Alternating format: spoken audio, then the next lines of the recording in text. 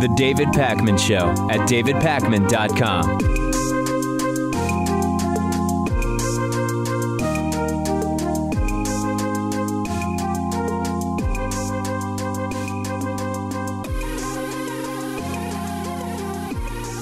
We've known for a while that Donald Trump is very insecure about his size, the size of his crowds at his events. And after Trump's inauguration, the National Park Service, you might remember, tweeted the side-by-side picture comparing Trump's 2017 crowd and Obama's 2009 crowd, which, of course, the Obama crowd on the left here, if you're watching with us, and the Trump crowd on the right.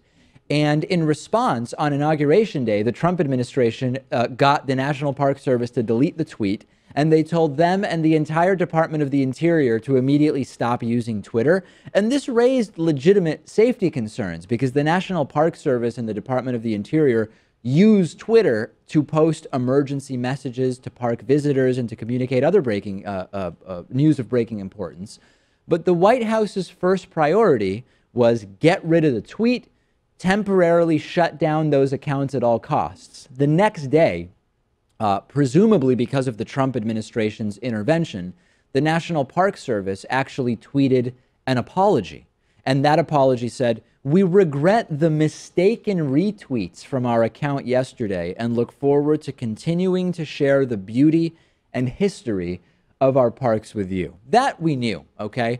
What we have now learned, the news is that according to emails released through a Freedom of Information Act request, Donald Trump was personally and directly involved in trying to hunt down the person, the specific person at the National Park Service who was responsible for tweeting and retweeting those photos. One of the emails between the head of social media at the Park Service and their head of IT reads, quote, "This has become a very sensitive issue, especially since the president has gotten directly involved and contacted acting director Mike Reynolds, concerned about one of the images that was retweeted." They were reporting historical facts about important events called inaugurations held at a national park. And it was almost by definition a witch hunt, sans the literal witches, with Donald Trump involved, trying to figure out who the individual responsible was. Trump should get to the bottom of a lot of tweets, but they're mostly his own tweets that we need to be figuring out what's going on with. And imagine if you were just inaugurated as president and the learning curve that you'd be facing, the amount of responsibilities you'd have to take over. Right. This would be in the back of your mind. This is such a trivial thing. Why is he drawing so much attention to this in his first few days in office? First and second day in office. And this is what Donald Trump was worried about, making phone calls and wondering what individual had the audacity to retweet historically accurate pictures about an event that took place at a national park. And the thing is that Barack Obama's 2009 inauguration was the first inauguration of a black president, so people went there also to witness history more so than just to support their candidate. Sure. Donald Trump didn't have that same draw. And not to mention, I mean, I think that Donald Trump's inauguration might end up being historic. We'll know in a couple hundred years if it was a turning point of sorts and a turning point for the worse in the United States. But yeah, you're completely right that it's not even necessarily something to feel bad about. If you're Trump, you've got plenty to feel bad about already. The man with the nuclear codes was spending time in the hours after being sworn in trying to figure out who tweeted inauguration pictures, and that should really scare all of us.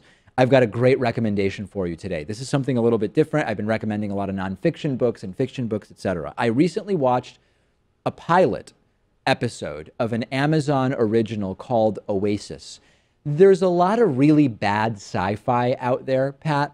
And when there's actually some good sci-fi produced, I really like it and want to recommend it to people. And Amazon has done just a single pilot episode so far called Oasis.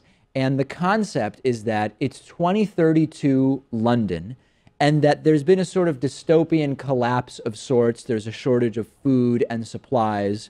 And after the death of his wife, a chaplain is contacted by an executive from an extraplanetary a colony that is being called the Oasis and is being developed and built. And he is summoned and he agrees to go up there. And the story of the first episode sort of follows some of what is going on up there and sort of ends, of course, on a cliffhanger, which would lend itself to probably a really great full season of shows. This is an Amazon original, so if you have Amazon Prime, I think even if you don't have Prime, you can get like the individual episode. Really, really good. Really good. And I don't know if you like this type of show. I'm super into like, I hate crappy sci-fi, but like really good sci-fi I'm into. So like the most recent iteration of Battlestar Galactica, tremendous. And I think Sam Cedar from Majority Report agrees with me on that one. Good sci-fi I'm into, and this is really, really well done. Well, what I like about this concept is that, a lot of times people will recommend TV shows to me, and I'm just kind of overwhelmed because maybe there's several seasons of that show, and I just look at it as a big to-do. Yeah, it's a but single if there's episode. only one pilot episode, I mean, I don't really have too many complaints. There's nothing holding me back. So you're saying it's fair to say that you're drawn to this not because of the subject matter, but because of the duration. Right, and I know that, regardless of if I like the first episode or not, it will be done with. Yeah. So as of right now, I don't know whether there's been a decision about whether to go forward with the entire season or not. I'm mentioning it to you in the audience so that hopefully you'll watch this pilot episode of Oasis. My guess is that if you go into it with an open mind, whether or not you like science fiction, you will like it. And you will contact Amazon and ask them to make the full season. Although, my guess is you don't even really need to contact Amazon. They're probably able to decide whether it's worth making the full season just based on how many people watch it. Well, if it's a good enough show for you to recommend it, then I'm sure it's a good enough show for them to make more episodes. I like your confidence in my taste, absolutely. Generally, are you a sci-fi guy, or is that not a genre that you're really It's never been a genre I'm interested in. What is a genre that you're interested in? Historical fiction. Really? Yeah. Okay. So my last week's recommendation of Alan First's book, A Hero of France, that would be sort of up your alley. I'd like to report to you that I have read and completed that book by now, but unfortunately at this point I cannot. You've put it on the list of books to consider possibly looking at buying at some future point or something like that. Right. Okay. On the bonus show today, we are going to be talking about more than 80% of Americans can't find Arab countries on a map. And it is not because they don't have maps. Referencing, of course, Miss Teen, South Carolina. Miss Teen, South Carolina. Yeah. Chechnya's police are telling parents to kill their gay sons, or they will do it themselves. It's a crisis, what's going on in Chechnya right now around LGBT rights. And a woman finds a note from a believed Chinese prisoner in her purse that she bought at Walmart. Is it real? Is it not? You know Walmart's position on it. I'm guessing you can guess what it is. We will discuss all of those stories and more on the bonus show. You can also find me on Twitter at @DPacman, and you can find the show at David Pakman Show. The David Pakman Show at davidpakman.com.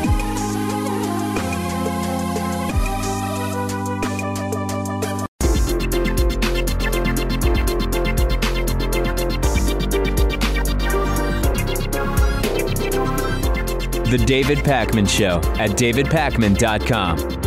Today's new member of the day is Saul Gasunis. Saul, thank you so much for being a David Pakman Show member. Membership along with patronage at patreon.com/David Pakman Show are the two #1 funding sources, or really together. I mean, that member support is the #1 funding source of the show. You can sign up at davidpakman.com/membership. You can go to patreon.com/David Pakman Show. And if you ever shop on Amazon.com, you can go to davidpakman.com/Amazon before you shop, and that will send us a little kickback for everything that you buy.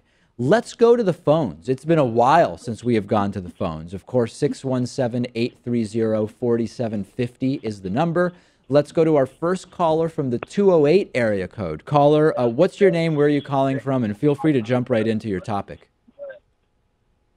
Hi, my name is Cole Kortner. I also have a YouTube channel called Soapy Ninja from Hell. I'd like to ask you about Alex Jones and Mark Dice. What do you think about these guys and some of the stuff they're spreading around on YouTube?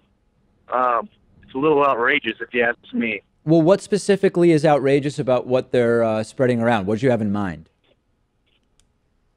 Well, Mark Dice, I've seen a video he put up not too long ago. I think it's called Liberalism is Terrorism.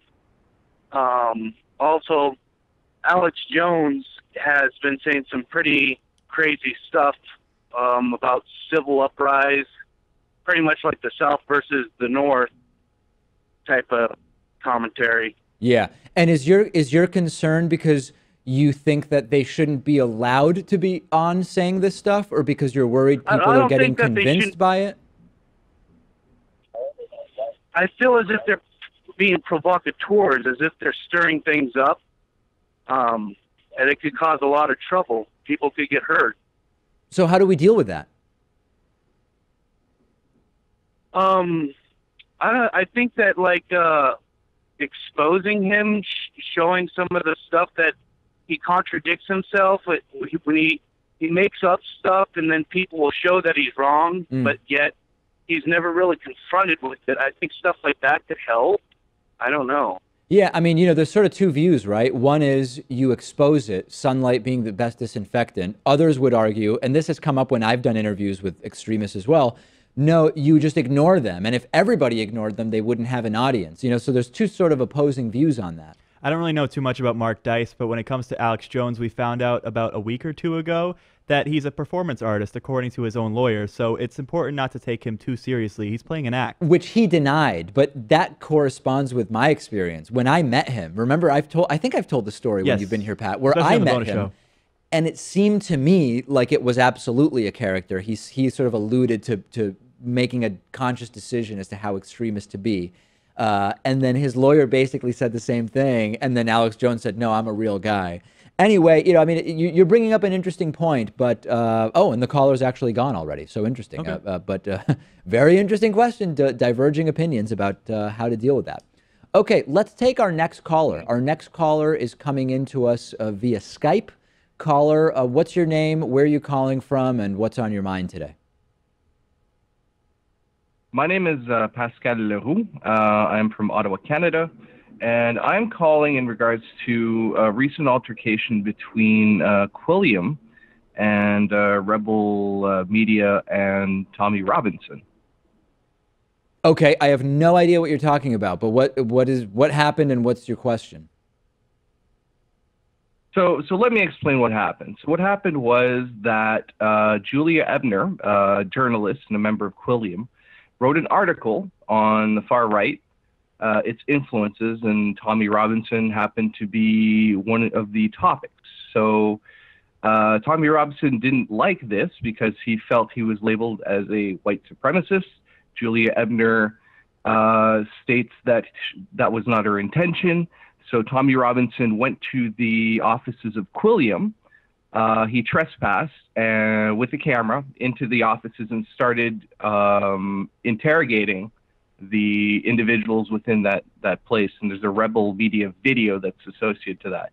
My question, I guess, would be, in your mind, would this be something that you would consider okay for any journalistic organization to do, basically break into an office? So breaking into an office, absolutely not. And I think the more interesting question is my view on ambush journalism, because I don't think it'll be surprising to most of our audience to hear that I'm not for law breaking in that way and criminality. There's a different question, though, which is more about ambush journalism and this concept of showing up unannounced and sticking a microphone and or camera in someone's face. I understand the instinct or desire to want to do that when you feel as though someone is deliberately avoiding answering questions about something which may be relevant to public interest. But I'm generally against that policy. I think that it's problematic in a number of ways journalistically, and our view has always been, Pat, we schedule an interview. If there's an interview that we want and someone is refusing or ignoring us, we'll state that. But I have not been of the mind of just showing up and doing the ambush interview. And you know what? Some people disagree with me on this. And they say, David, no, to really get the truth out, you sometimes have to show up. Michael Moore has done it. And, I think there's a difference. When Michael Moore shows up unannounced, like he did in one of his older documentaries, and I think it's Roger and Me, and he might have shown up at GM or wherever. He's showing up unannounced and asking for an interview. That's different than waiting outside someone's house to put a camera in their face. It's too bad, though, when legitimate reporters are accused of ambush journalism and perhaps even arrested for trespassing or some other bogus charge. That happened to Amy Goodwin, I think, from Democracy Now! Just a couple of months ago for covering the Dakota Access Pipeline story. Yeah, she was involved in some charges, Amy Goodwin from Democracy Now! Although I don't remember exactly what the circumstances were, but I do remember. It was completely manufactured and made up. It was? Yeah. Oh, okay. Yeah, I didn't know too much about the story. So anyway, I think that's the more interesting question, Pascal, although, you know, as far as the criminality, I'm against breaking into places. I think I'd have to agree with you on both points, because it really matters in regards to how constructive a discussion can be when you're basically in somebody's face in that fashion. Yeah, I agree with you. All right. Thank you very, very much for the call. Appreciate it. Important topic, although I have not familiarized myself with the specifics of that story.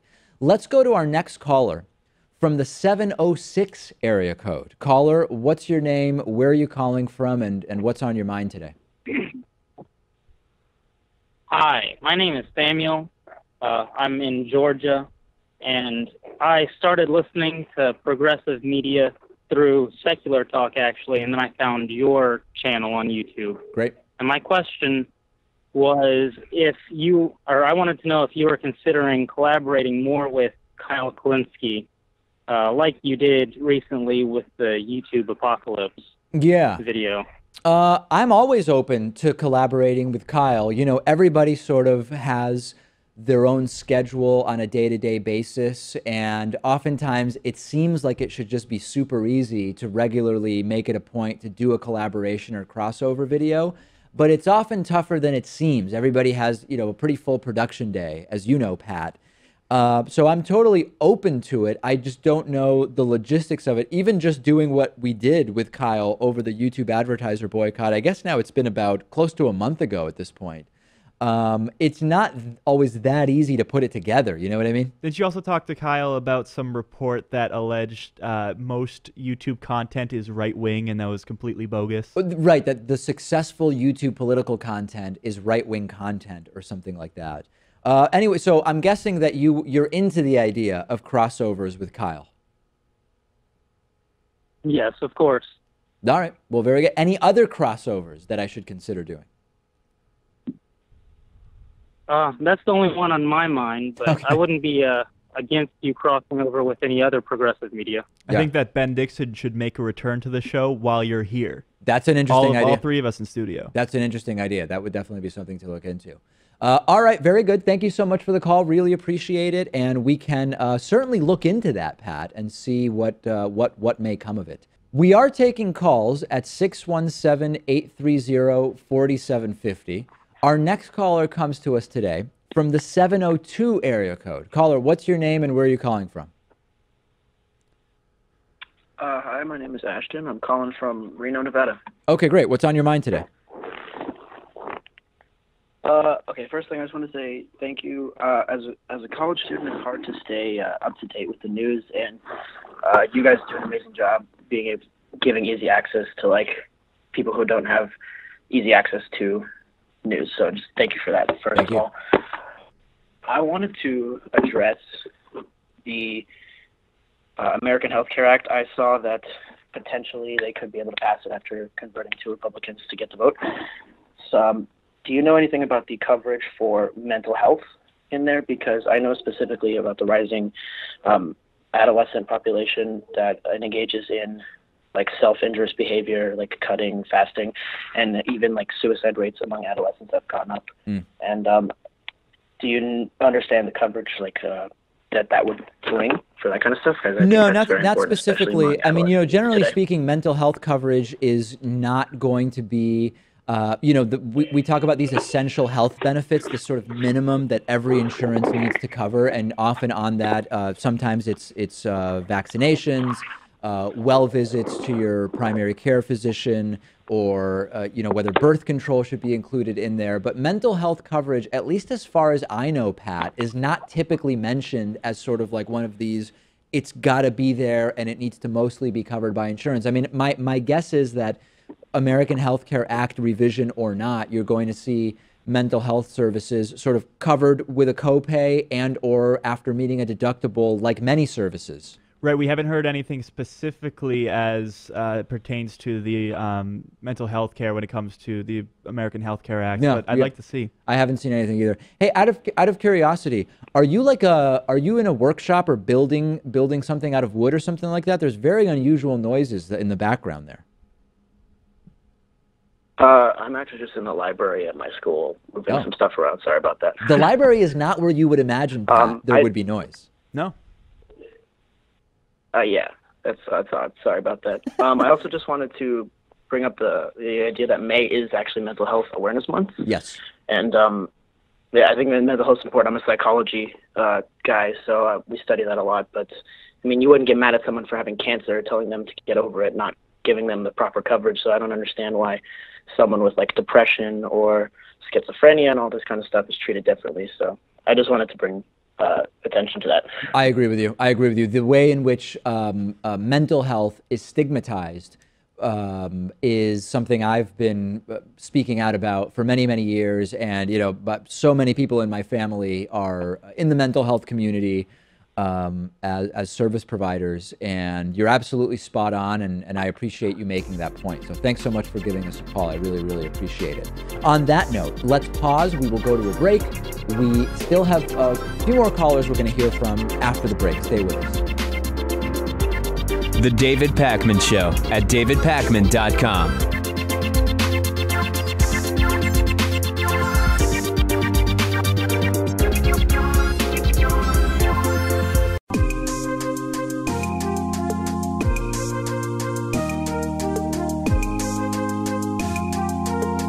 Welcome back to the David Pakman Show. We are taking calls at 617-830-4750. We'll go to our next caller from the 919 area code. Caller, where are you calling from? What's your name and what's on your mind? My name is Bill. I'm from Raleigh, North Carolina. Had a couple questions for you, but first a little bit of thought. I'm a new listener, and I'll be subscribing soon to your show, and I certainly feel for the boycott situation there. But in regards to gay marriage, do you think that the Republican administration or Congress will try to pass any laws barring it? And also, do you think they'll make any changes that to the Affordable Care Act that will actually make a difference and not an impediment? That's pretty much it. Okay, I'm not sure I understand the second part of the question, so let's stick with me. Let me deal with the first part first, and then we'll go back to that second part. I see it as a pretty low priority of the Trump administration to try to do something on gay marriage at this point. The way in which they will try to is with so-called religious freedom bills and the ability to discriminate based on sexual orientation. Because at least for now, until you get something to the Supreme Court, it's going to be difficult to do anything about the marriage aspect specifically. When it comes to gay rights, though, you can definitely attack the status of LGBT individuals with so-called religious freedom bills, which would potentially allow discrimination on the basis of sexual orientation. So that's part one. Now, what was the second part with regard to Obamacare? I'm not sure I understood that. Well, obviously, we're in a situation where they tried to just rip it to shreds, and they got nowhere. Yep. But I just don't understand how they can't make meaningful change to the Affordable Health Care Act that doesn't just rip it to shreds and hurt people that really, really need it. My situation is that I'm a married gay male. I work at home for myself. I cannot afford health insurance. I get it through his employer, a state employee. But I pay 100% of it, and it is expensive, so expensive that it's hard for me to actually be able to afford just to walk into the doctor to pay the copay. So, I just wonder, do you really think that there's going to be any meaningful change or down the road, will they actually get rid of it and come up with something better? Well, it's going to, I've said for a while that if Republicans end up unable to repeal and replace Obamacare, they may take the approach of trying to, quote, fix Obamacare. The problem is the top priority in terms of fixing, or I guess the top thing that they would want to change, is the individual mandate and the employer mandate, which are sort of what makes the entire thing as affordable as it is. And you're pointing out astutely that for a lot of people, it's not actually even affordable. So, you know, I worry that if the Affordable Care Act stays, you can set it up to fail hard by defunding aspects of it and changing sort of the financial mechanism that makes it even hold together to the extent that it is. So I think that the answer to what you're saying is potentially, yes, there will be changes, but I don't know that they're going to be good changes for a lot of people, unfortunately. Right. Gotcha. Okay. Thank you so much for the call. Well, thank really you, appreciate it. David and Pat. I really appreciate it. Great. Thanks. Hope to hear from you again. We are taking calls at 617-830-4750. We're going to go to our next caller from the 571 area code. Caller, what's your name and where are you calling from? Let's start there. My name is Brennan, and I'm calling from Northern Virginia. Okay, great. What's going on today? Yeah, I would like to ask you, what criteria do you use in deciding what news to present to your audience and put on your show? Well, there's no sort of simple answer to that, but basically I'm always sort of figuring out from all of the news stories that are out there, what stories should be on the regular show, what stories should be on the bonus show. And we want to try to have so we've got an hour show, right? And we could make the entire hour really wonky policy stories. We could make the entire hour sort of more salacious pop type stories. And we could, there's sort of any combination of stories that the show could be. I try to go, first segment, the stories that are more overtly political in nature and timely stories. In the second segment, we'll often go to stories that are a little bit less of the top stories of the day, but still timely. And then we usually have an interview, which is scheduled several weeks in advance. And then at the end of the show is where we'll usually squeeze in slightly more popular culture oriented stories. I mean, it's sort of an iterative process that we're constantly tweaking and adjusting, if that makes sense. Oh, yeah, it does. So thank you very much, though. Very good. Thank you. Also, I would just add that because we're an opinion show, we make the choices for stories that are going to be something that we can comment on. So if it's something very straightforward, like there's a missing plane or something, we can't really speculate that much about it. So I think that's another aspect to it, too. I'm glad you're adding that, which is that also it has to be a story where we can actually do something with it as opposed to just, hey, here's facts and there's not even really that much to say about it. I think that's a good point.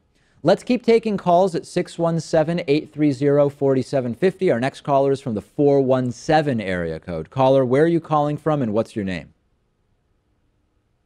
I'm calling from Missouri. My name is Joseph. Great. What's on your mind? Well, I just wanted to see if you'd ever heard of, or maybe if you cover in the future, a group we have here in Missouri called Government by the People. You can look that up. I've never heard of it. I've never heard of it. What type of group is it? Well, it's an effort to change the country via the state referendum process and change our state constitution. Now, some states allow the voters to change the state constitution through a referendum process. Missouri is one of those states, and that's where it's starting. And they have 7 proposals, including an instant runoff proposal like what they had in Maine, one for proportional legislature, Green New Deal, public option health insurance, and also a protection for referendum changes that are passed by the voters, so that we don't have something like, I think it was North Dakota, where the legislature took back the ballot initiative. They just repealed it. That would protect it from all that. So there's 7 of them. Yeah. So what's the day? I mean, is the day-to-day of trying to do this, is it a lot of signature collection? Right. Well, right now it's signature collection, getting phone calls out. Like I just did this on the spur of the moment. I just recently started associating with them myself, but most of it right now is getting those signatures out on the ballot, and getting the signatures to get on the ballot and then getting it voted on. Of the 7 That'd initiatives be a that you're huge currently change. working on, which is the one you think most likely Right. that you would be able to get passed? The proportional legislature. People really are sick of gerrymandering. They're sick of the two-party system. And with this, you wouldn't have third parties. You just have parties and independents. Right. And there'd be no wasted votes and no gerrymandering whatsoever. Very interesting. Very interesting. And, you know, I mean, there's connections Yeah. between that and a parliamentary system, which is fundamentally very different than what we have in the U.S. in most states and certainly at the federal level. But it's a very interesting approach to fixing the gerrymandering issue. So very interesting. Thanks for telling us about it. Oh, sure. All right. Thank you very much Thanks for for the call. We do have time for just a couple more calls. Let's go to our next caller here from the 918 area code. If you will indulge me, Pat, we will talk to our 918 caller. Caller, what's your name and where are you calling from? Ben from Oklahoma. Awesome. What's your question today? My question is, you know how there's a lot of debate from like the Civil War and like what actually was the cause of it? Was it slavery? What is your take on that? In what sense is there a lot of debate? Like, where are you hearing the debate about that? Well, typically, I'm from the South, so a lot of people, my view on it, you know, the main, no matter how you slice it and dice it, it was slavery. But especially from where I'm at, a lot of people want to deny that it was slavery because I feel like they don't want to admit that, you know, our past, you know, fought their lives for slavery. And I always hear people debate it, whether if it was slavery or not. And just curious what your take on that is. I do think it was slavery, but I think the fascinating thing is, Pat, that in Massachusetts, there's not much debate about what the Civil War was about. So it's very interesting that you said you were from Oklahoma, right? Yeah. Yeah. In Oklahoma, people are debating it. So I guess when Trump said people haven't been able to figure this out yet, I guess he maybe is referring to states like Oklahoma where I guess there's a debate. Yeah, and a lot of people who support the Confederacy try to make the argument that the Civil War was a lot more about states' rights. But the natural follow-up question to that is a state's right to do what? Yes, and if and it it's is a to keep state's right slaves. to enslave people, Yeah. then we're back to the original premise. Hey, do people in Oklahoma get, like, if you say, if there's someone that doesn't believe it was a war about slavery and you come in and you say, I think it was about slavery, can it get ugly? Kind of, because like there, I guess where you're from, it's not, but like, you know, especially here and I guess, you know, states around us, you know, it is a really big debate and a lot of people do say it's not, and people can get pretty heated and about it, you know. How common are Confederate flags Because there? I've always like history. How common?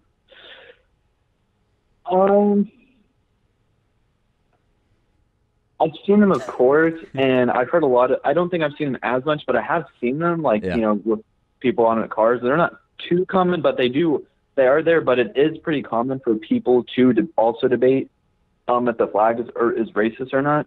So that is a big debate here, whether if it's a racist flag, and it's like, you know, it's history, it's heritage, and all that stuff. I mean, Oklahoma is not even really the South. It's important for us to know that this is a debate in Oklahoma still. So I appreciate you telling us that. Hope to speak to you again. Thanks for the call. I appreciate it.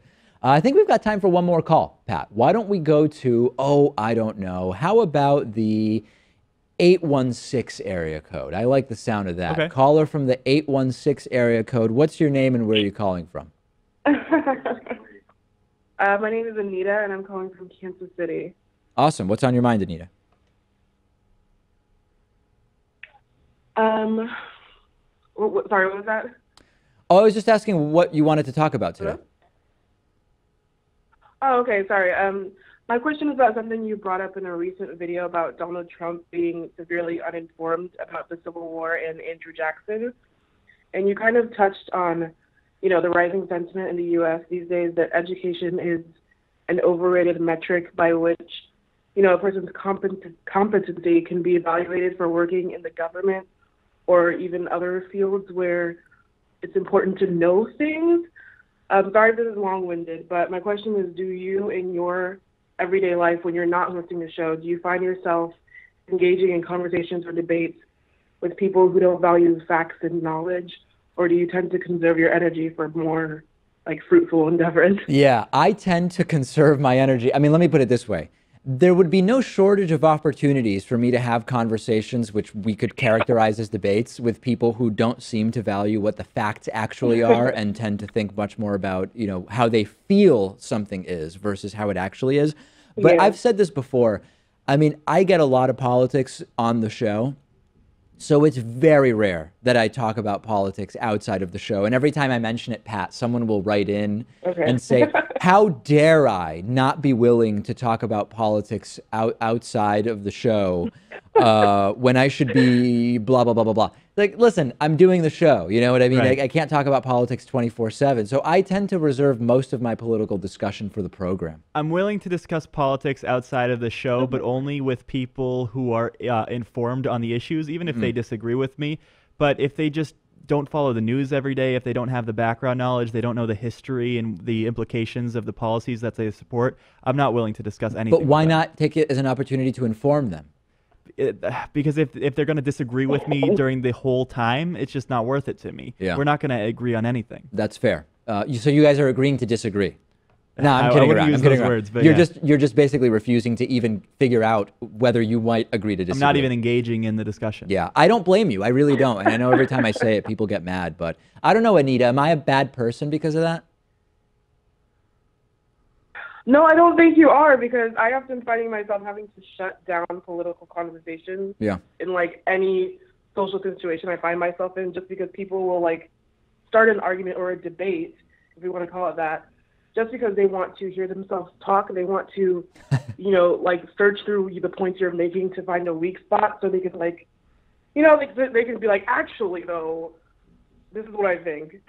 So I do find it fruitless, and I don't like to engage in it. People I don't know. People don't like that when I'm like, hey, guys, let's not talk about this. No, I understand it. And listen, the best part is Anita in Kansas City doesn't think I'm a bad person. And I think for that, we can all sort of be at least a little bit glad. Thanks so much for the call, Anita. Really appreciate it. Have a nice day. All right, take care.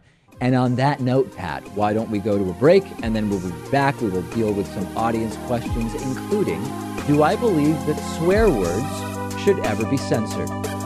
The David Pakman Show at davidpakman.com.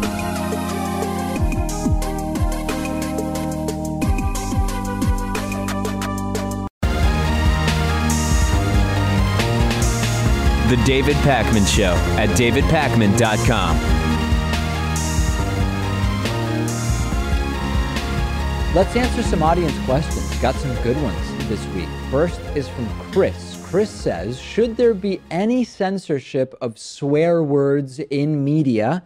The answer is obviously, it depends. No, the answer is no. I'm against censorship of individual words. I think that there should be context and circumstance sort of used. If you're producing a show meant for little kids, it would be great if we didn't need to have rules like, okay, here's 7 words you can't use, or you can't describe in the detail these types of actions, that bodily functions, or whatever the case may be.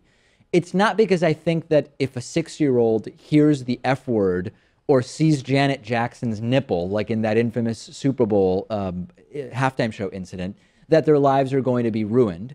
But it seems like you can reasonably produce a kids show, for example, in a way that would be relatively work safe. But as far as, I've talked about, in Argentina, there's really not the type of, oh, here's 7 words you can't say and blah, blah, blah. If you're watching TV and it's, 6 p.m., 7 p.m., whatever, there can be swear words. It's just not a big deal. Nobody makes a big deal out of it. Nobody's lives are ruined, period. And I'm sort of against the FCC or regulatory agencies getting hugely involved in that. Now, should there be hardcore pornography on CBS at 9 a.m.? No, there shouldn't be. But the entire paradigm around 7 dirty words and FCC fines and all that stuff, I'm basically against. And it really just comes down to children, right? I know some people have this heightened sensitivity when it comes to about hearing certain language or sexually explicit content. Or violent movies also. Like some adults just don't like violent movies, but they can decide not to watch them also. Yeah, I just don't think those are good enough reasons, you know, especially if you're playing something in context and it's important to hear the words that the original source used. I think you should just let it be. And to be super clear, I know people, every time we talk about anything even approximating this issue, people will say, David, you refuse to use this word or that word, and you bleep voicemails. We're on broadcast radio and television, so we have to make the decision as to whether we want to deliberately break rules which could get our broadcast affiliates in trouble, or just abide by it because we have a relationship of trust with those affiliates and we're not going to send them stuff that's going to get them kicked off the air. It's not because of my personal sensitivities that we're doing that. And of course, any TV station can make whatever policies they want. If they want to bleep swear words, if they don't want to use offensive language like the N-word or any other kind of derogatory expression, they can go ahead and do that. I think it's more of a question of should the FCC be allowed to crack down on that certain? That's exactly right, because while any station can make a decision, they are putting themselves at risk of being fined. And to be clear, we have accidentally sent out some swear words before, really? Where you will be playing a video clip of something that went on, and in the background, there's swearing, for example, or something like that, and we might not notice it, and then it goes out. There have been incidents where a voicemail gets out that has some language that we shouldn't be sending out on broadcast radio and TV affiliates. You may not even notice, too. Sometimes we don't notice, and fortunately, nothing's ever come of it so far. But no, I am against the idea of censorship of swear words. I think that we should just have producers that we say, hey, you're adults, use judgment to decide whether you should have, graphic descriptions of violence in a kid's cartoon or something like that. That's all I'm saying. And also, it's perfectly acceptable to show on the news bombs taking off, for example, where people are going to end up dying on the other end when those bombs land. But it goes too far to use certain words. There is an issue, though, with the footage, which is in other countries, when you see coverage of wars and armed conflict, the videos that are shown are way more graphic. And in the U.S., we have a more sanitized version of war reporting. And lo and behold, we have typically more support for military action in the United States than in other countries. And that's actually a pretty big deal. It's hard to be in support of military funding when you see those bombs land rather than just taking off. That's exactly right. So that, and that's probably a broader conversation for another day. Good question, Chris. Next question is from Martin. Does technology actually make life easier, or does it just make life more hectic? I think that there's a macro answer to this and a micro answer to this. At the macro level, technology makes life easier, or it at least removes friction from so many aspects of life. Everything from business inventory management to financial transactions, hotel and airline reservations. I mean, so many of these issues, which in the past required sometimes the writing of letters through snail mail or other mechanisms, way, way easier.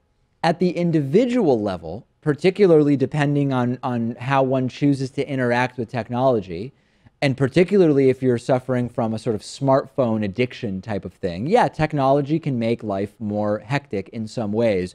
But I don't think there's any doubt at the macro level, Pat, that technology is making so many of the things that we do in modern life much easier. It's also important to point out that technology makes us so much smarter because we're able to look up information and at the push of a button be able to find out what the answer is. Are we smarter, I think we are smarter because, we can find out the information so much easier and we can work more on applying it. Yeah, I guess I don't disagree with that. It's more of a question of, is that actually making us smarter, or is it allowing us more time to focus on other aspects with our brains than just remembering facts? I don't know. I think it's just easier. You can look up the atomic mass of carbon or something in a split second. You don't have to go digging through your books to find it out. Right. And that's time that you could be used to apply the knowledge. Yeah, and we don't have any more of those. In the past, when you were out with friends and people said, I think that in 1973, there was a particular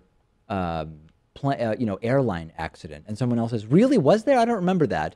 It basically stopped there. And until you could, maybe get to a library or before smartphones, get home to your internet connection, You genuinely didn't know, and you couldn't continue the conversation. Now you can just look it up, and then the conversation continues. That seems like a good thing. Yeah, and I think a lot of people long for those times, but as I said, I think we're becoming a much more intelligent society because of the technology that we have, and I think that'll allow us to progress at a much faster rate than we were before. Are you worried, though, about technology addiction? I see so many people who cannot go more than a few minutes without looking at their phones, and there's this sort of self-fulfilling, vicious cycle where if any time your mind is unoccupied, you pull out your phone and you sort of fill the void by scrolling your Facebook feed, you're perpetuating the training of your mind to expect something like that every time your mind is at rest for a second, and I don't think it's good at all. I think we have to remember what Spider-Man's uncle said in this scenario, which is that with great power comes great responsibility. Yeah. So, yeah, do the right thing. Don't use your phone too much. But if you're using it to learn, I think it's a good thing. Was that Spider-Man's uncle who said that? Yeah. With great power comes great responsibility is from Spider-Man? Yeah. Okay. I wish we. Do you want to look it up? I wish we had some way to figure out whether that's true. But are you being serious about that? I thought that that's a quote that went back a very long time. I'll have to look it up. Yeah, maybe you can look it up on your phone. I'm only seeing Uncle Ben from Spider-Man. Okay. Well, not that I don't know much about it, but I thought that went back. Anyway, okay, well, this is an instance where I guess the smartphones are useful. Samantha wrote in, why are classic books classic? Does this really have any objective meaning or value? I have strong feelings about this, Pat. You've read a lot of the classics, right?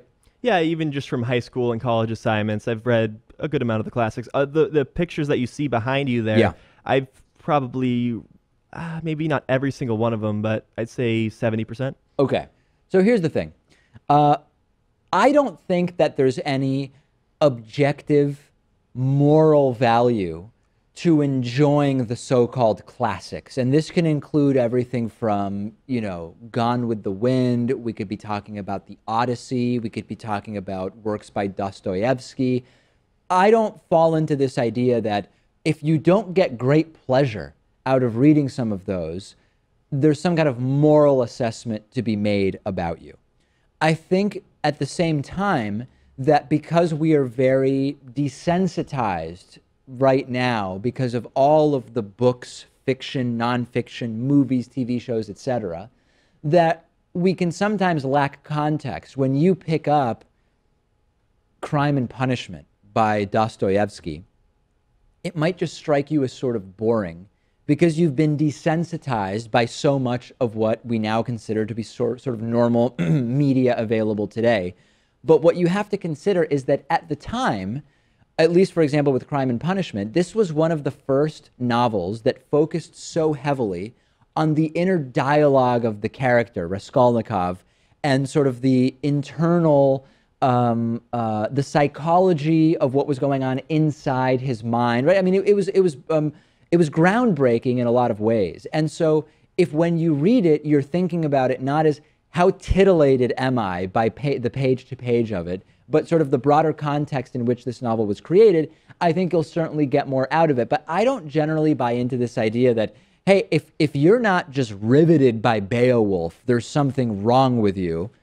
I tend to shy away from criticisms like that. I also just think that some of these classic novels are history lessons in a sense, because The Great Gatsby, for example, speaks to the prosperity of the 1920s, and it really just captures the zeitgeist of that time. And I think you can pick out many different examples. And it's also maybe just important to read the classics because it gets to a point where everyone else is reading them, so you want to understand the references that other people make. I know 1984 is being talked about a lot, Brave New World, especially in the era of Trump now. So you want to just be able to have an important role in those conversations. And because, it's kind of a cycle in the sense that everyone else is reading them, so you jump on board too with it. But because it's just brought up in normal conversation, you should also take part in reading that. This same thing happens with old movies, right? Like a lot of people will say, Casablanca, oh my God, I tried watching it. I was just bored out of my mind. I don't get what's so good about it. And you have to understand the context of what was going on at the time.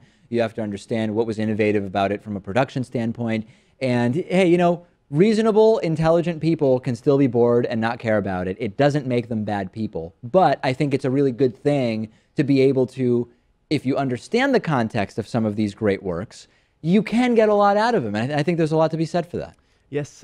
Lesson of the day is to read a book, I guess. That is the lesson of the day. Okay. That is the lesson of the day. Okay, we've got a fantastic bonus show for you today. I'm out of time, but what I can tell you is davidpakman.com/membership is how you sign up. You can also pledge even just $1 or $2 a month to support the work we are doing at patreon.com/davidpakmanshow. We will speak to you on the bonus show.